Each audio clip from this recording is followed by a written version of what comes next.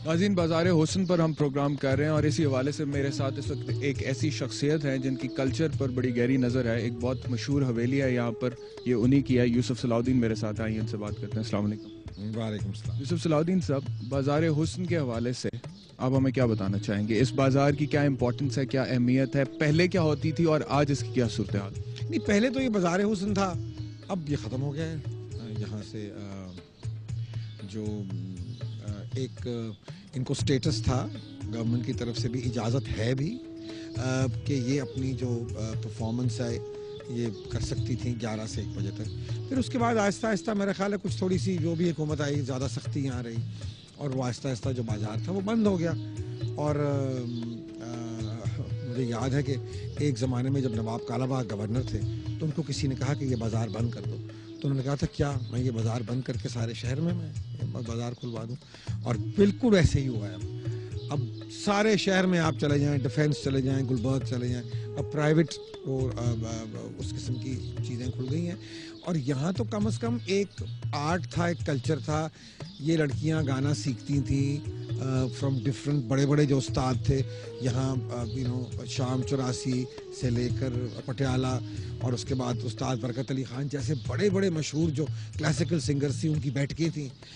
और जो म्यूजिशंस थे वो इर्द गिर्द सब यहीं, म्यूजिशंस अभी भी इस इलाके में काफ़ी रहते हैं। वो जो अब जो आप जिसको आप डांस कहते हैं या मुजरा कहते हैं वो नहीं रहा। अब लड़कियां जो हैं वो ऑलमोस्ट विदाउट एनी क्लोथ्स वो इंडियन जो रीमिक्स नंबर्स हैं उस पर परफॉर्म करती हैं।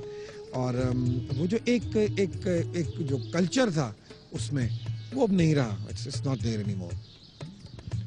यानी कि ये बात दुरुस्त है कि किसी ज़माने में जब ये बाज़ार बना था, मुगलिया दौर में अगर हम पीछे जाएं, तो उस वक्त ये रवायात और सकाफ़त का मरकज़ समझा जाता था। और क्या ये बात भी दुरुस्त है जो सुनने में आई है कि शुरफा और उमरा यहाँ पर आया करते थे रक़्स व सुरूर की महफ़िलें अटेंड करने के लिए और अपने बच्चों को भेजा करते थे आदाब गुफ्तगू सीखने के लिए? ये ठीक है बात? बाज़ार जो था वो सिर्फ मुग़लों के ज़माने में ही नहीं, till recently, till about 35-40 years ago ये बाज़ार जो था ये बिल्कुल कायम दायम था। और यहाँ से आवाज़ें, अच्छी अच्छी आवाज़ें आपकी, अब मैं नाम नहीं लेना चाहता, लेकिन आपकी तमाम फिल्म इंडस्ट्री जो है, आपके तमाम बड़े बड़े जो फ़नकार हैं, बहुत बड़ी बड़ी अदाकाराएँ हैं, वो उनका ताल्लुक भी यहीं से था।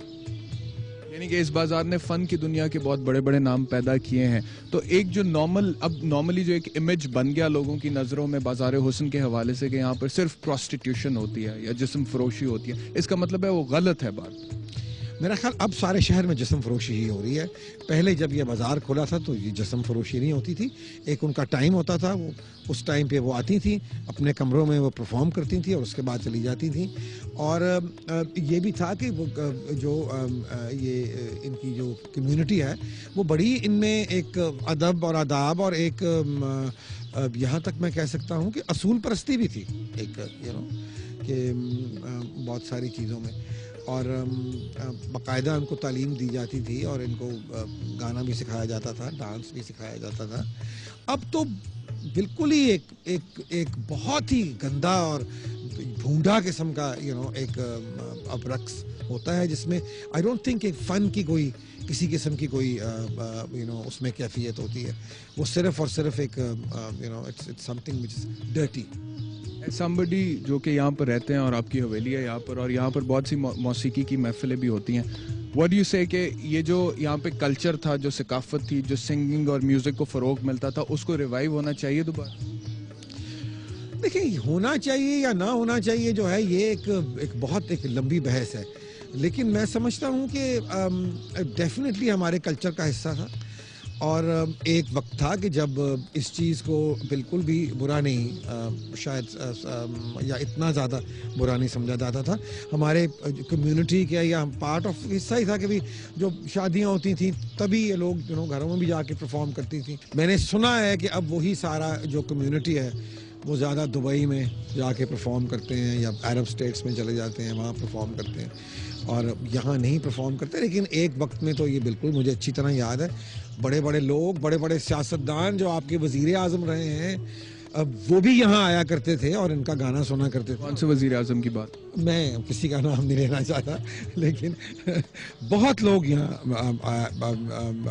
आया करते थे। इसको यहाँ पर जो रक्स होता था, यहाँ पर जो मुजरे होते थे, उसको परफॉर्मिंग आर्ट का दर्जा हासिल? बिल्कुल परफॉर्मिंग आर्ट का दर्जा हासिल था। कपड़े उन्होंने पूरे पहने हुए होते थे, तैयार वो पुराने स्टाइल से लड़कियां होती थी। दे वर ऑलवेज कवर्ड। उनकी में कोई डांस में कोई बेहूदगी नहीं होती थी, क्योंकि उस तरफ ज़माने का म्यूजिक भी जो था वो भी बड़ा मेलो था।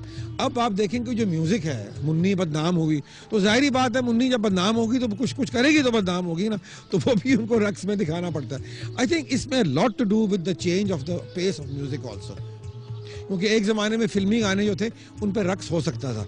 अब जो फिल्मी गाने हैं उन पर रक्स नहीं हो सकता, उन पर एरोबिक्स हो सकती है।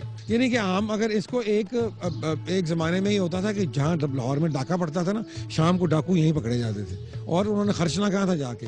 अब तो जगह जगह जो है आप एक प्रोस्टिट्यूशन डेंस खुल गए हैं, और वो जाके तो ख़ास तौर पर डिफेंस जो है, defence has become the biggest Heera Mandi of Pakistan today. हमसे बात करने का बहुत शुक्रिया, थैंक यू।